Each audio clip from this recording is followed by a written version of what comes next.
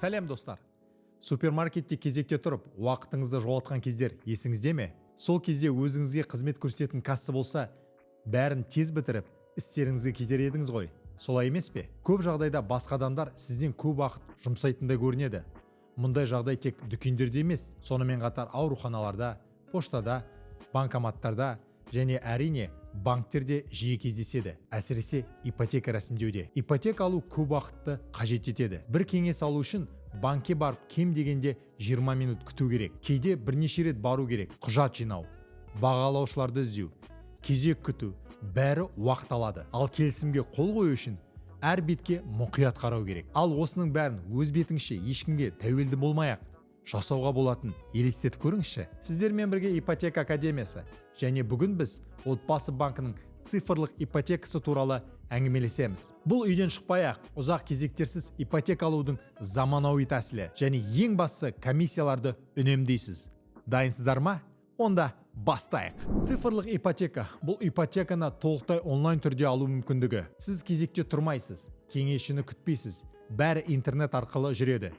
Сізге тек интернетке қосылу керек. Отбасы банкінің цифрлық ипотека бағдарламасы арқылы 100 миллион теңгеге дейін екінші нарықтан үй ала аласыз. Бастапқы жарна үй құнының 50%.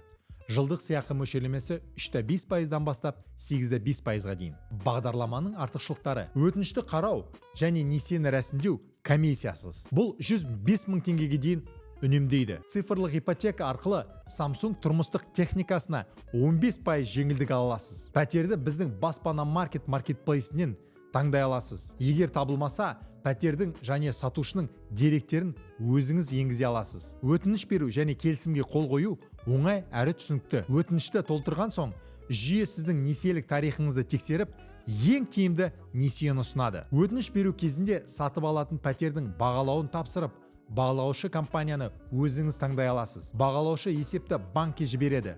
Сіз жеке кабинетіңізден есепті көре аласыз. Осыдан кейін биометриялық тексеру жүргізіледі.